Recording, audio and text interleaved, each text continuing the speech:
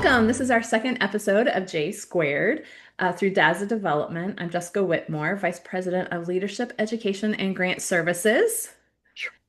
And I'm Jean Troy, Vice President of Operations and Programs.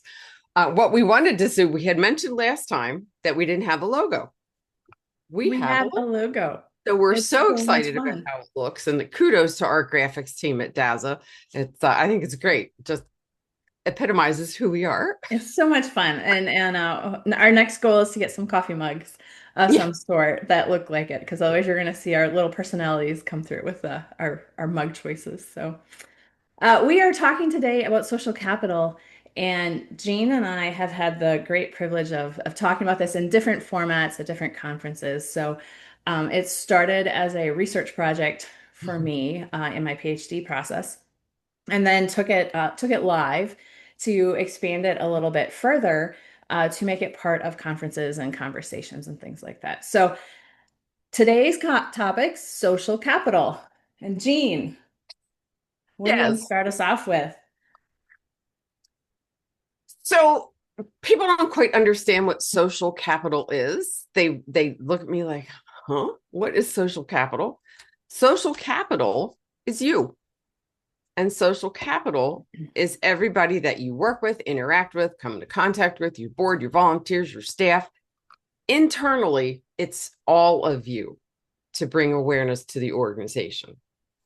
You want to add to that? Yes, but it's more than just your network. It's also what is the trust that you have developed or you have broken within your network, your organization, and what are your norms that you have in place. And oftentimes the trust may be a little bit easier to think of, who do I trust? Who do I not trust? How are my employees trusting me? And those norms can be a little trickier sometimes. Oh, Jane, you want to comment on that? Well, yeah, we all think that I do actually on the trust part. I mean, I trust you, you Mhm. trust me. How does that trust build? And you would inherently think if you're working in an organization that you would trust the employees and the employees would trust you and the board would trust you, but that's not necessarily the case all the time from some stories that we've heard throughout the years. so That is true. That is true. Yeah. so working at trust is something that has to be done all the time. You have to work at it, And I think I'm gain. thinking maybe it's so automatic that if you rewind it back and say, oh yeah, somebody trusts me, but exactly how do I prove that I'm trustworthy? Right. And how do other people trust me? And how do other people view trust? Right? That comes into play Which all too. comes down to Mhm. definitions of what Yeah. that is. And perceptions. And Yes. And your own standards yes. within it. So I think so once you have the trust established and understand what drives the trust, then we get to the norms. And I'll let you talk about the norms. Sure. Yeah. So norms, um, some people think, oh, there's no norms we have. It's kind of like family traditions. So I was recently with family, and my one niece said to me, "Are you going to go get the sampling of fudge?" And I said, "No, I'm not going to get the fudge this year because I can't get. I would pick up fudge for my friend." And I said, "I'm not taking her back any fudge, so I'm not stopping to get fudge." And my niece looked at me and she goes, but we always have fudge the last night before you leave, and we always do a sampling. So aren't you going to go get fudge? And I Yes, I looked am at her now. and I said, okay, I guess I'm going to go get fudge. To me, it was just, yeah, I pick up fudge for my friend. I get extra because if you buy a pound, you get a free half pound. I won't tell you how much fudge I've bought in the past. And so it was just something that was added in, but it became a norm in a traditional sense within the family. In an ironic sense, I couldn't pick up the fudge, so we had to trust my sister, and she was under very strict instructions on how to pick out the fudge. The reason I share this is because in our organizations, we have norms that we don't realize are norms. How you communicate, how you celebrate, how you even correct somebody all comes in with these norms that are established. And I think sometimes we get so focused, they have to be so business focused. We forget sometimes we all need a little fudge to and end the day and celebrate. So that's, I feel like we're kind of right now doing a quick summary of everything, but Jean, what would you add to the norms? So I think you need to look at how you do from the operational standpoint. Okay. How do you do what you do? What is one thing or several things that is consistent or are consistent, is consistent with everything, with how you run the organization? Like, a norm would be a donor gives you money. What's the turnaround time for that thank you letter? Things happen. Most try to get it out within 72 hours. It could take a week. What is your norm when it comes to treating donors? What is your norm with board members? How engaged are they? If they are engaged, that's a They topic should be, for, but that's a whole nother part of our oh, network yeah, that's business. a whole nother one. So norms are what are the foundation of your organization. Norms are how you do things, why you do what you do. Maybe the norms need to change. If Mhm. it's not effective, you need to think about that. How can we be better? Oh, I've just changed the norm to be better. Right. And it comes down to even how do you communicate? Do you expect everybody to put it in email? Do you allow text? Do you not allow text? I mean, I remember one of my first jobs, everything had to be documented in email, and we all sat in little cubicles next to each other, but everything was in email. And so I went to my next job, which was a larger office setting, and I put everything in email. And I remember the person over me was like, "Why are you putting it in email? She's right there. Just talk to her." But you still, But it was still ingrained in me. And I was like, okay, I'll talk to her, but I'm also putting it in email so how that one, much? there's a record of it, and two, that it's such a process for me. So, how do you communicate? And should you communicate that way? Should it be changed? Are you willing to change? Are you open to the change? And change can be hard, especially if you have norms that have been in place in organizations that are 10, 15, 20 years old. um, is everything still being filed away just by paper? Is things going electronic? You know what I mean? Like what needs to change, but what are you open to changing? And you need to be open to change. And that should be a norm. And that, you talk about how communication and how to communicate. I want to tag that a little bit to donor communication. If you don't know how your donors want to be communicated with, you're missing out. Because you may have somebody like, I like both email and, I'm holding up a piece of paper here. I am a paper person. I will be the first to admit that. But do a donor dive, and they'll let you know if you're communicating too much or they don't like the method. But if you're not sure how your donors want to communicate and they're key to the lifeline of your organization, find out how they like to be communicated with. That's Absolutely. a big thing. Yeah. And this even comes into grants, knowing how I mean, there are still grant applications that are strictly paper. And, are you going to mail them? Are you going to drop them off? If you're going to mail them, you need to make sure that you have confirmation it's actually getting there. But being aware of what those foundations want, whether the application has to be stapled or 12-inch font or, all these things, it's a level of respect as well. Um, Right. And it makes everything run smoother. And so you take that to how you communicate with your staff. We are very lucky to have a staff that does not mind communicating. We use mhm, Teams as much as we possibly can, and we communicate, we talk, we email, we text, we do whatever to get the point across mhm. and to get done. So we have that open communication. And if you don't have that with your staff, you go back to the norms, you go back to the trust. It's I was gonna all say, and this all builds the trust, correct. as well as in part of that, in your norms and in your trust, how are you handling the dissenting voices? So I'm a big believer in not having organizations believe in groupthink where everybody just agrees. And, I Mm. want to hear the opposing voice. I want to hear the person who's sitting in the room who has this gnawing pit in their stomach going, I want to say something, but if I say something, it goes against everybody else. It goes against the norms. And, I want to hear that person because their voice gives insight into other aspects. And that builds into trust as well. How are you handling the people who are saying, no, this isn't working right? or we could do this better, or what about this? That builds into that trust, and sometimes it shifts those norms as well. Kind of like a salmon swimming upstream. You, Yes. that's how they're I trying. hope Barb puts a little salmon in here. Yes, probably will.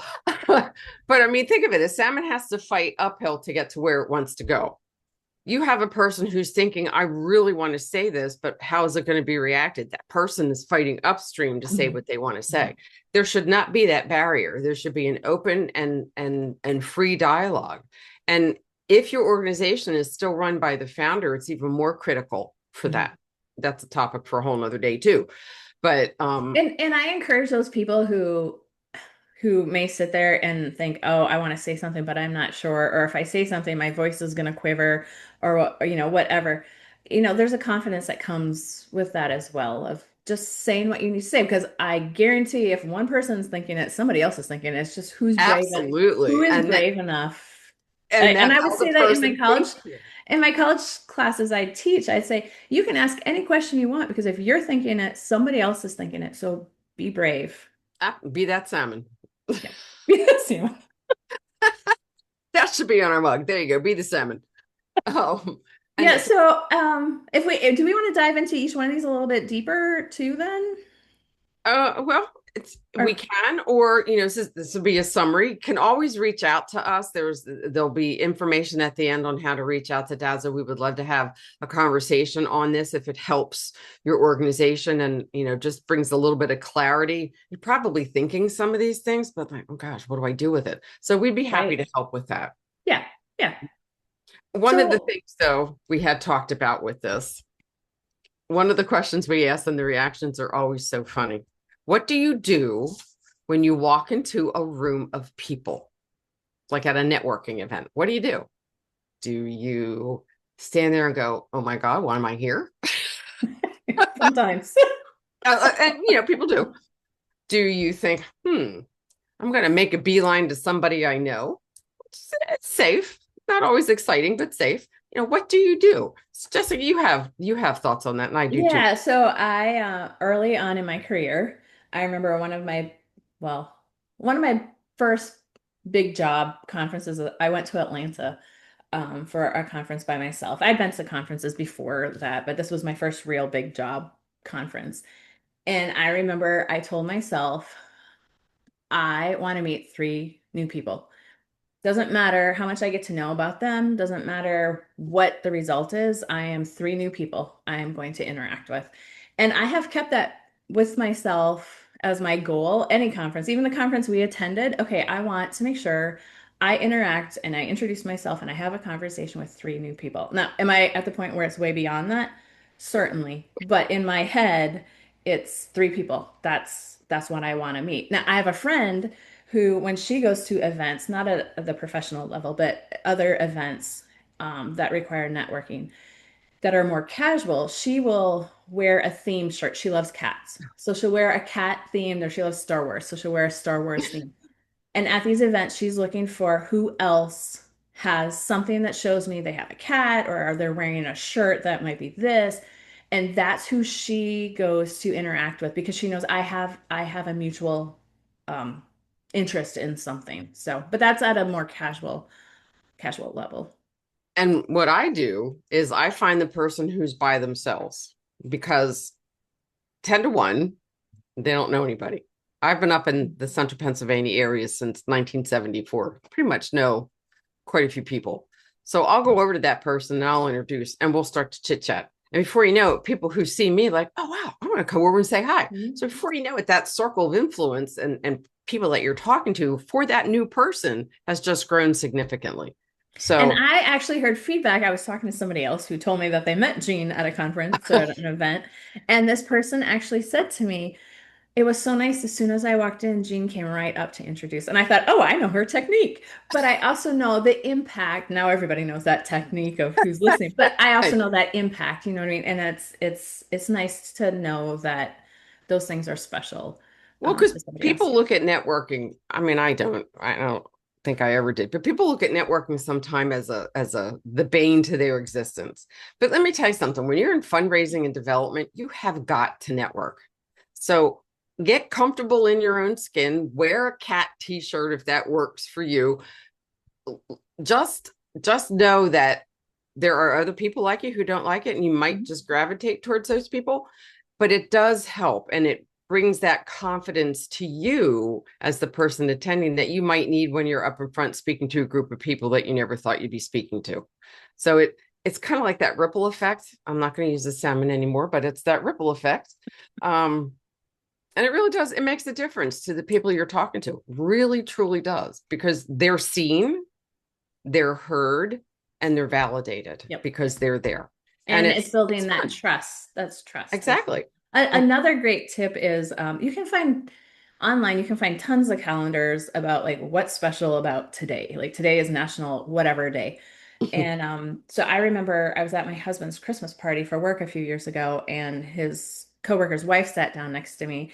And she told me, she's like, I really don't like these events, but I always come with a question. So her question of the day that she had watched on the news or looked something up was, at that time there's a Christmas tree shortage. And so her topic question to anybody she would meet that day was going to be, um, have you gotten your Christmas tree? Because there's a Christmas tree shortage. Or I know my mom went to an event one time and she's like, I looked up it's National Milkshake Day. So she said, my question's going to be, what's your favorite milkshake flavor? So sometimes just having something in the back of your mind to talk about kind of helps. It just, networking is fun, and networking, it can be, it should be fun. Let me just, some people would disagree with that, The but introverts all say no. that's true. Introverts all say no, but you would be surprised at how many introverts are at these networking events because they know they have to get out of their Yes. comfort And then zones. they're exhausted afterwards.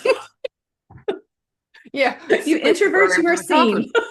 I mean, but it's for nonprofits, networking is critical, Yes. and it goes back to that infrastructure of your organization and who does it. Is it going to be the executive director? Is it going to be board members? Actually, it should be everybody, but that's again a topic for a different day. So just remember that networking can be fun. And this time of year, there's so much to do, Yes. and so Well, very and little the other thing, I time. mean, we've talked about board members, we talked about employees, we talked about donors, but we can't forget our volunteers either Correct. in all of this, because the volunteers are the ones who help run the programs or the events, and they have a wide range of network as well. So we can't overlook those volunteers and how you establish trust with them, how you help them expand their network, and the I mean, norms you have at the there's a company. lot of organizations that are completely volunteer driven. Um, I worked for one up here, it's like up here in Central Pennsylvania, that does have paid staff, but it is the volunteers that do the work of 106 staff people when you add up the hours that they've done. That's a lot of volunteer time. That's a lot of input. That's a lot of Mhm. knowledge that these volunteers have. And that's a lot of love for the mission. So that's all critically important. Volunteers are really the backbone of your And organization. what you said made me think of something else is, and I don't remember the website of it, but you can Google and you can look up what the standard hourly rate is for a volunteer.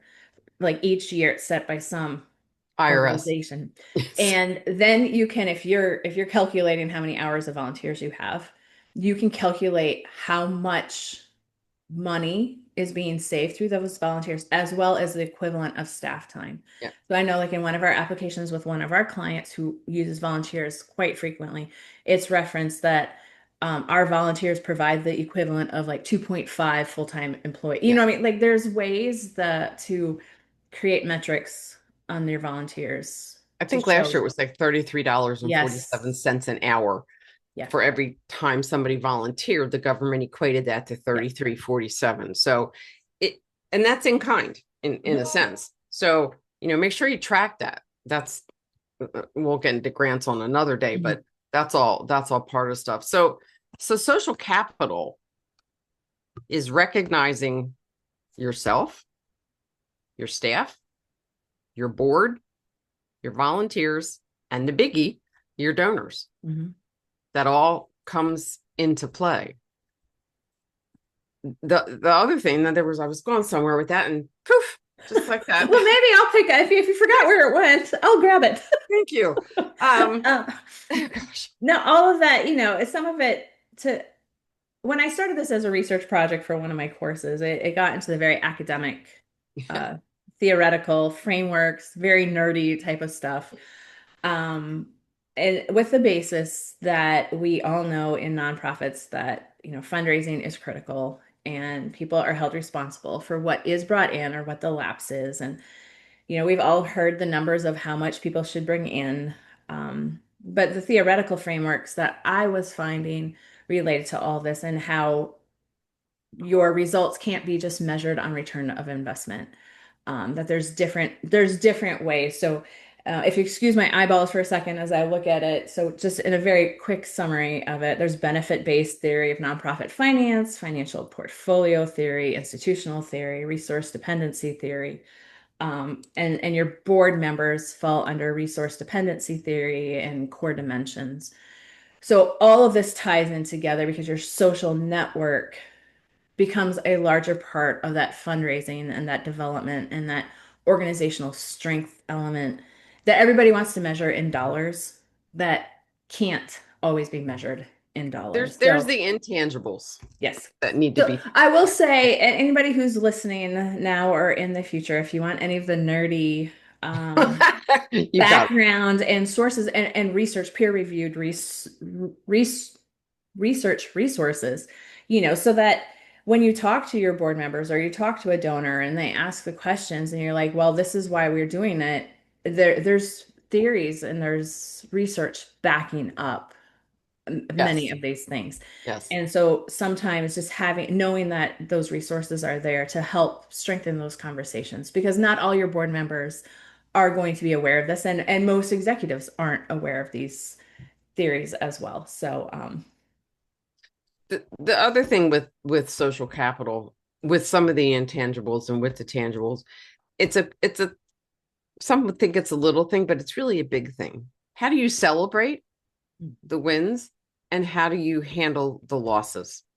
Um, it's been a challenging year this year with, in our state, the budget just passed a week and a half ago. The federal budget, I think, passed to last until mid-January. So at least there's a budget. So how do you handle when you are part of a group celebrations? I know for us, when we find out that our clients, us meeting us and I'm our like, clients, what do we celebrate? well, No, they go ahead, might you go. you could celebrate the fact that you were asked to submit a letter of intent to an Mhm, organization or a funder that you've never been asked to do that for. That's a celebration. mhm. Celebration doesn't have to go from A to Z. And it It can doesn't go have to from have a A to big 8.1. price tag with Correct. it either. Correct. So it could be that we got for a client, maybe $1,000 from a fund that we've applied to a bazillion times, and we finally got our foot in the door and received something. Mhm. So that's a celebration. Or conversely, like everybody wants to be funded by Mackenzie Scott, everybody, but you're not going to be. Like the reality is that's Yeah. pretty much out of everybody's reach. So you go for the ones that are a little more, accessible Yes. and ones that'll work. But how you deal with that says a lot about you as a person and you as an organization. Celebrate the wins, no matter how big and how small. Because if you do that, you're building within your staff and the board and the volunteers. You're building a culture of we got this and we can do it and we are doing it. Yep. And to me, that's just as important, I think, as networking and doing all the other stuff. You've got to find the little things to celebrate in a And really some of tough those time. can be just things that you create to Mhm. celebrate. Like I now know that fudge is very, very important the last night of my family's trip with my family. Um, and so now I know we don't skip that. Got to That's have your a fudge. manner of celebrating. So, Right. if you need to create some way to celebrate, there's no reason why you can't say, you know what, next Thursday we are going to celebrate X, Y, and Z and, celebrate it. Or one of my favorite, I look at it as a way of celebrating. One of my first jobs, obviously we all worked 9 to 5, had lunch, whatever. And I remember the manager came, pulled us all together and said, look, Christmas is coming up. You each get half a day of work time to go out and go Christmas shopping. So here's the schedule. Everybody decide which half day they're going to take. And he honored that. We each, I think there was maybe, I don't know, 8 of us. So through like, I can't remember if he started it in December. I don't remember the time frame, but I just remember he made it very important that each of us got an afternoon to take off. We did not have to take personal time. Oh, He that's just gave awesome. us time to be able to go Christmas shopping. So to me, that's a way of celebrating your employees, right? Yes. So it's how can you be creative and unique? And we all know that we all work hard. Most of us work hard. Goes back to trust. Right. Um, but we all work in some very heavy nonprofit areas and Yeah. providing services and things, and it can be very hard for a lot of nonprofits, not just the raising the money and things like that, but seeing the people that you're helping. And so how are you celebrating your employees, your volunteers, I love that idea. even That your is board so members? cool. Yeah, it was really great. I just remember we were all That's like, "What?" giving us a half day to go shopping. Boy, Yes. I'd have been out that And door. we had a And mall close by. Like there was a mall maybe like 10 minutes away. So we all just knew that whatever day we wrote down, that was that person's afternoon. No questions asked. They'd go Christmas shopping. You just come back to work the next day. way cool. Kudos to that Yes. employer. I wonder if they still do that. Probably not. They were bought out and changed. Oh, Things changed. Probably not. But I just remember it was very, that's really cool. So yeah. see those are, and you still remember it to this day because that celebrated the employees. It Hmm. recognized them during a time of high stress, year-end activities for nonprofits off the charts. Um, so remember that. Remember to take time for you as the person in charge of everybody. If you can do that idea, I think that's fabulous. Even if it's a couple hours, Yeah. give time to your employees and remember the time that is being given by your volunteers, which includes your board. Yeah. So, I mean, social capital encompasses a lot. We just touched on it today, but think about it again. Reach out. The contact information will be at the end of the episode, and Yeah, and Jean and I, like I said, we have presented this many times. We have a full 40-minute, I think yeah, we've taken it to like almost 90-minute presentation. So if you're if you're listening to this and you're like, "Oh, I'd love to have you guys come and bring this to us." J Squared is willing to do some little Zoom sessions or yeah, conversations and things just like reach that out. to expand on it. I will say I have loved the conversations when we've presented this. We've presented this in this type of setting as well as an interactive setting, and the conversations that come out of the interactive settings are fabulous. They're Yeah, really great. yeah, that was great. Well, interactive's always better if you can do it in person. So, Mhm. uh, where we can, we would be happy to do it interactively in person, that kind of thing. If not Zoom, you can still get the conversations going and the thought process. So we thank you for being with us today. And it is the week before Thanksgiving. So our heartfelt thanks for being with us and a happy Thanksgiving to everybody. And make sure to take time for you. That's Yes, the most important thing. because you are the most important when it comes to social Correct. capital. Yeah. Thank you. Thank you, everybody.